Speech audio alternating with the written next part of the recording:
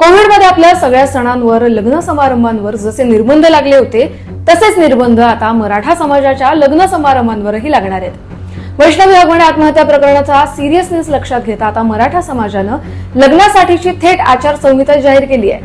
ही आचारसंहिता काय आहे, लग्नातल्या सर्रास केल्या जाणाऱ्या कोणत्या गोष्टी या आचारसंहितेत वगळल्यात हेच मी तुम्हाला या व्हिडिओतून सांगते, त्यामुळे हा व्हिडिओ तुम्ही शेवटपर्यंत नक्की पहा। वैष्णवीच्या लग्नात तिच्या वडिलांकडून हगवणे कुटुंबियांनी चक्क 51 तोळे सोनं, चांदी, फॉर्च्युनर कारसह अमाप खर्च करून घेतला। इतका खर्च करूनही वैष्णवीला सासरी सुख मिळालं का?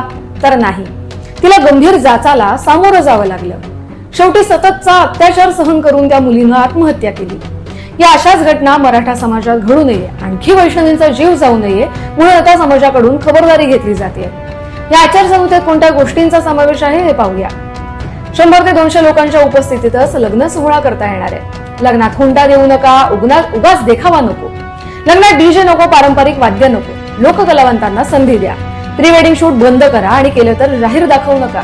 प्री वेडिंग शूट जाहीररित्या दाखवलं तर लग्नाला उपस्थितातील प्रतिष्ठित निघून जातील। हार घालताना नवरा नवरीला उचलू नका, कर्ज काढून लग्नात खर्च करू नका, नवरदेवापुढे मध्यधुंद स्थितीत नाचणाऱ्यांना आवरा। लग्नात फक्त वधूपिता आणि वरपिता या दोघांनाच फेटे बांधा।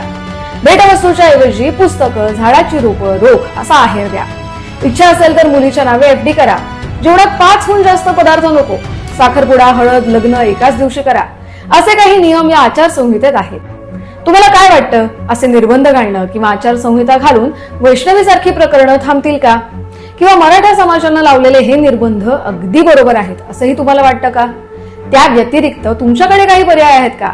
हे आम्हाला तुमच्या जिल्ह्याच्या नावासह कमेंट करून सांगा आणि हा व्हिडिओ प्रत्येक मराठा माणसापर्यंत पाठवा। नमस्कार।